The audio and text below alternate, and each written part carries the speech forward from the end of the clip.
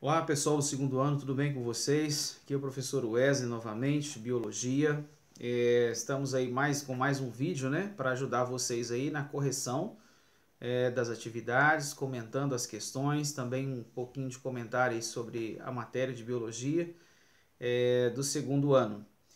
Então vamos lá para o nosso conteúdo aí da primeira semana. Bom, a primeira semana ela trouxe para nós aí um conteúdo de biologia, né, sobre a célula, um estudo, né, na verdade, aí sobre a teoria celular. A célula é a menor unidade viva que nós temos no corpo, tanto nós quanto os demais seres vivos. É a principal unidade viva do nosso organismo, né?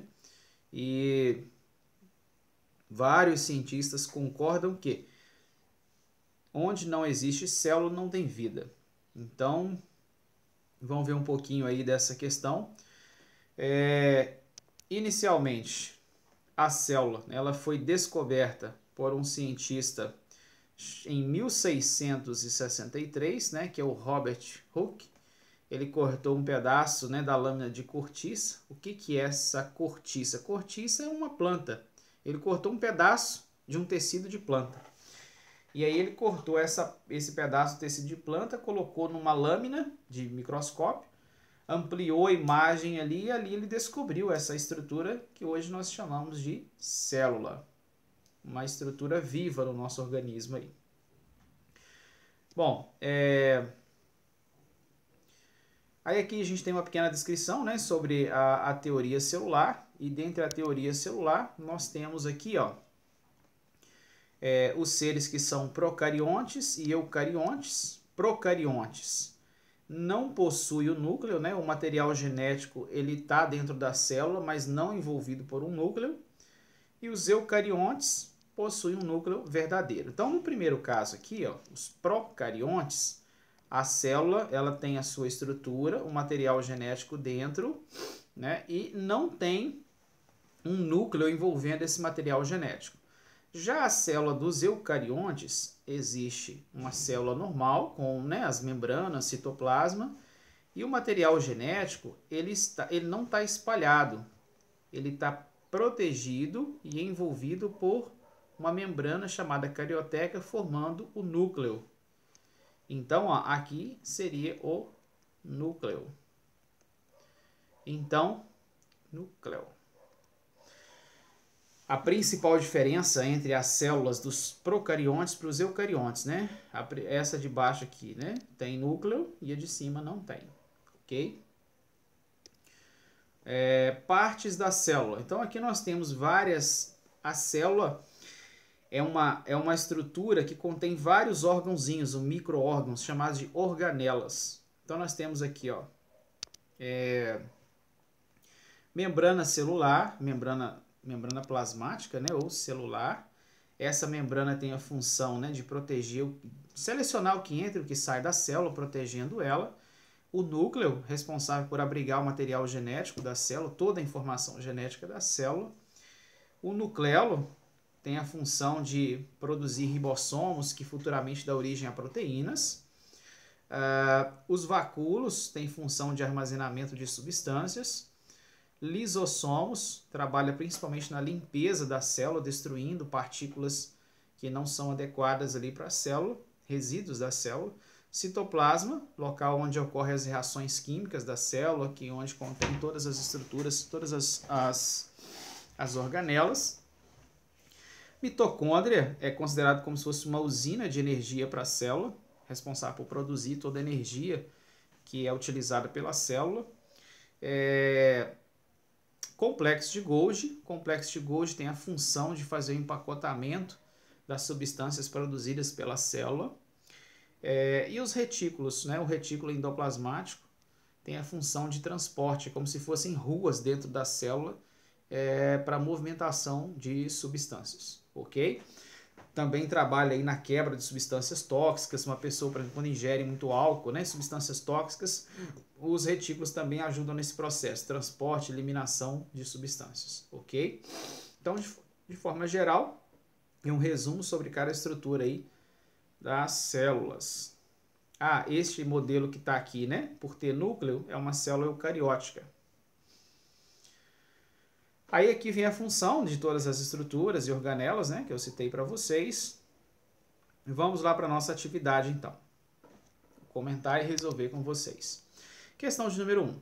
A biologia celular ou citologia é a parte da biologia responsável por estudar o funcionamento das células e suas estruturas.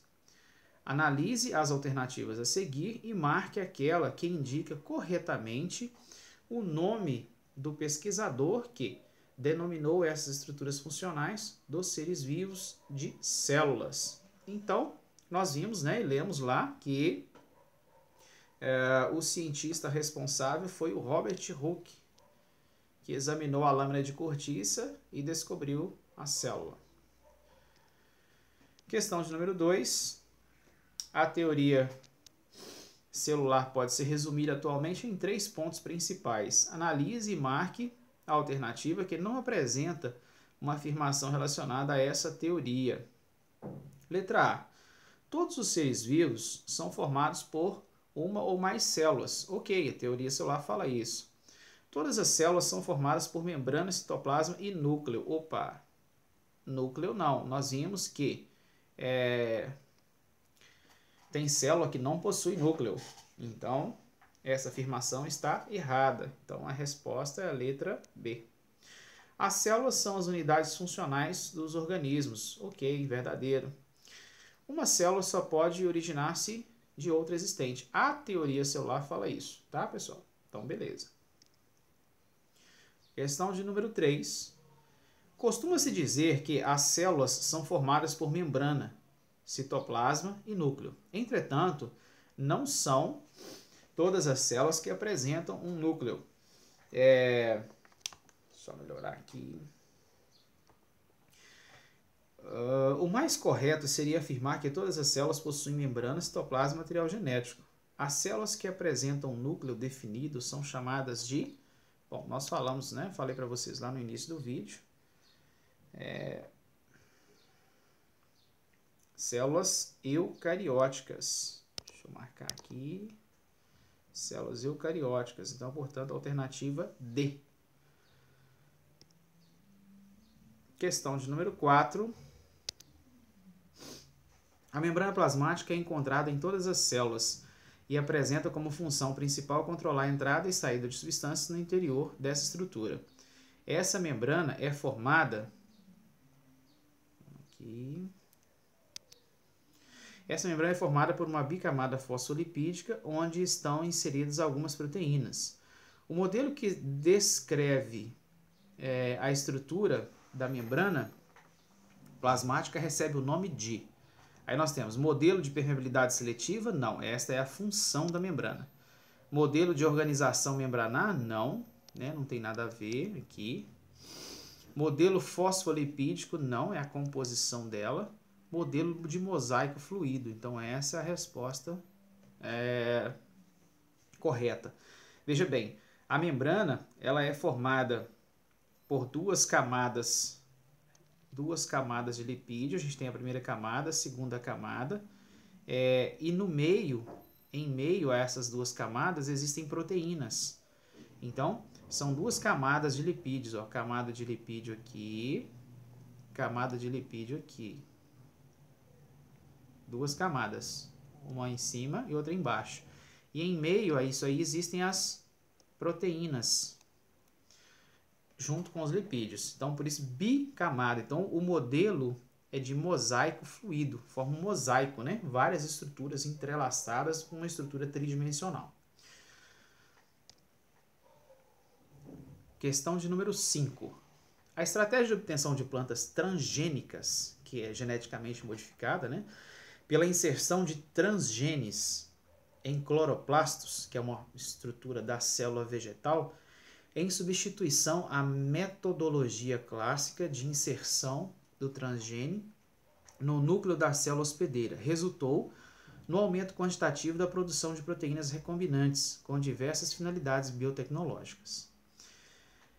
Isso aí, pessoal, a tecnologia voltada para a questão genética, o cientista ele pega, por exemplo, uma estrutura de um determinado ser vivo e transfere para o outro.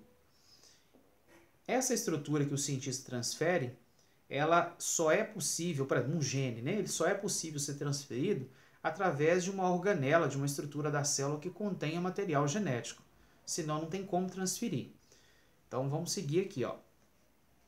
O mesmo tipo de estratégia poderia ser utilizado para produzir proteínas recombinantes em células de organismos eucarióticos, não fotossintetizantes, como as leveduras, que são usadas para a produção comercial de várias proteínas recombinantes e que podem ser cultivadas em grandes fermentadores.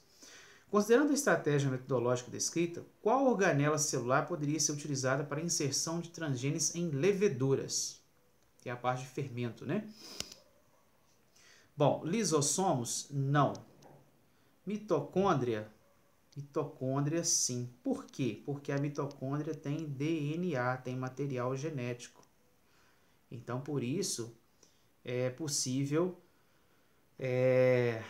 fazer esse processo utilizando a mitocôndria. As outras organelas não têm material genético. Então, a mitocôndria tem. A mitocôndria tem DNA. Os outros não têm DNA. A mitocôndria tem. Então, por isso que é possível utilizar a mitocôndria. Ok, pessoal? Bom, com isso encerramos o nosso vídeo, então. Finalizamos aí e até a próxima. Beleza?